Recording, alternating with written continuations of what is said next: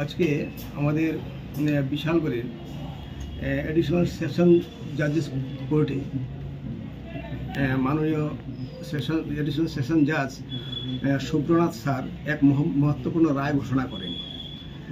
ঘটনাটি ছিল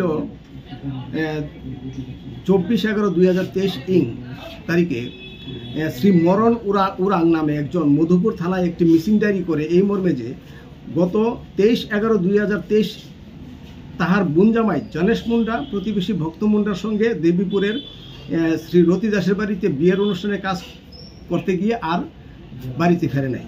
তারপর মধুপুর থানার ওসি বিভাস রঞ্জন দাস এসআই এই বিষয়ে তদন্তে গিয়ে জানতে পারে গ্রামবাসীরা সেখানে একটা গামছা এবং এক জোড়া চপ্পল পায়।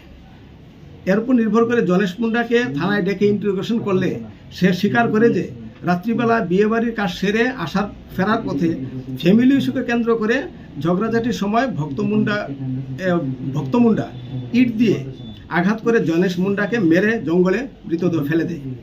তারপর ভক্ত মুন্ডা নিজে পুলিশকে মৃতদেহ দেখালে মধুপুর থানার ওসি সহ পুলিশ তার বিরুদ্ধে সৌমোটো কমপ্লেন দায়ের করে এবং তার বিরুদ্ধে ভারতীয় দণ্ডবিধির 302 এবং 201 নং ধারায় কেস রেজিস্ট্রি হয়।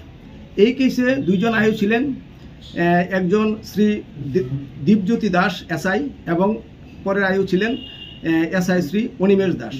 তারা তদন্ত করে চার্জশিট দাখিল করে ভক্ত মুন্ডার বিরুদ্ধে। এই কেসে মাননীয় এডিশনাল সেশন জাজেস কোর্টে ট্রায়াল হয়। মোট 21 জনের সাক্ষ্যপক্ষ গৃহীত হয়। গত পরশুদিন তথা 6/8/2025 তারিখ মাননীয় এডিশনাল সেশন জাজ শ্রী সুব্রনাথ স্যার উক্ত আসামিকে দোষী সাব্যস্ত করে এবং আজকে 8 তারিখ এই মহামান্য জাজ এক মহত্বপূর্ণ রায়ের দানের মাধ্যমে কনভিক্ট ভক্ত মুন্ডাকে ভারতীয় দণ্ডবিধির 302 নং ধারায় যাবজ্জীবন সশ্রম কারাদণ্ডাদেশ সহ 5,000 টাকা জরিমানা করেন এবং জরিমানা অনাদায়ে আরও 6 মাসের অতিরিক্ত কারাদণ্ডের আদেশ দেন এবং ভারতীয় দণ্ডবিধির 201 নং ধারায় 3 বছরের সশ্রম কারাদণ্ডাদেশ দেন এবং 2,000 টাকা জরিমানা করেন। অনাদায়ে আরও 2 মাসের অতিরিক্ত জেলের রায়দান করেন।